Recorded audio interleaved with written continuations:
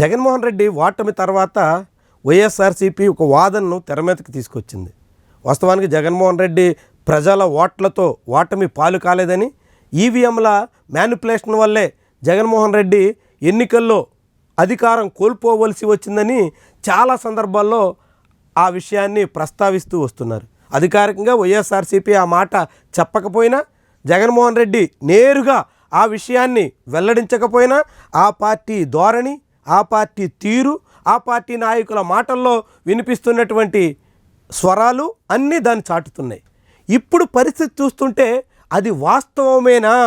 ఈవీఎంలతోనే ఈ ప్రభుత్వం అధికారంలోకి వచ్చిందా?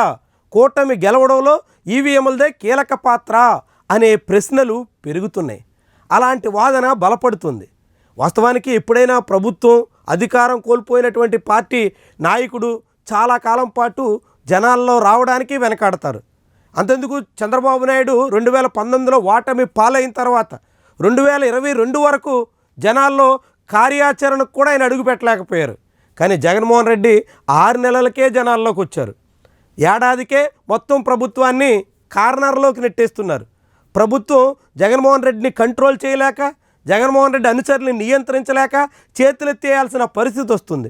100, 500, 3, 8 కార్లు ఇట్లా నెంబర్లు చెప్పుకుని సంతృప్తి పడ్డం మినహా చేతల్లో ఏమీ చేయలేక చతికిల పడిపోతుంది. అంటే దీని అర్థం ప్రజల్లో ఇప్పటికీ జగన్మోహన్ రెడ్డికి ఆదరణ తగ్గలేదు. జగన్మోహన్ రెడ్డిని జనం నమ్ముతున్నారు. జగన్మోహన్ రెడ్డికి జనం ఎక్కడికి వెళితే అక్కడ తండోపతండాలుగా తరలి వస్తూ జగన్కే మా మద్దతు అనేటువంటి విషయాన్ని చాటుతున్నారు అన్నట్టుగా వైఎస్ఆర్సీపీ శ్రేణులు ఇప్పుడు తమ వాదనని మరింత చొరవగా తీసుకొస్తున్నారు.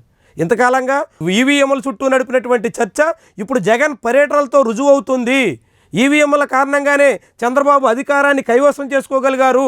అందుకు చూడండి, ఏడాది కాలంలోనే చంద్రబాబుని చీకొడుతూ, చంద్రబాబు ప్రభుత్వాన్ని విమర్శిస్తూ, చంద్రబాబు ప్రభుత్వాన్ని ఢీకొడుతూ సాగుతున్నటువంటి జగన్కి జనాదరణ అందుకు నిదర్శనంగా ఉంది అన్నట్టుగా చెప్పుకొస్తున్నారు. ఏమైనా ఇదొక ఆసక్తికరమైనటువంటి చర్చకి ఆస్కారం ఇస్తుంది. ఈవీఎంల మీద అనుమానాన్ని మరింత బలపరుస్తుంది. ఇదేదో ఒక ప్రాంతంలోనో ఒక నియోజకవర్గంలోనో జగన్కి జనం వచ్చారంటే అట్టా కాకుండా జగన్మోహన్ రెడ్డి ఎక్కడ అడుగు పెడితే అక్కడల్లా తండోపతండాలుగా భారీ సంఖ్యలో జనం తరలి వస్తున్నటువంటి తీరు ఈవీఎంల మీద అనుమానాల్ని మరింత పెంచేలా కనిపిస్తుంది. ఈవీఎంల చుట్టూ చర్చని మరోసారి రాజేస్తున్నట్టు స్పష్టమవుతుంది. ఈవీఎంల మీద వైఎస్ఆర్సీపీలో ఉన్న అనుమానాల్ని మరింత బలపరుస్తుంది. అందుకు తగ్గట్టుగా మొత్తం పరిణామాలు ఉన్నట్టుగా స్పష్టమవుతుంది.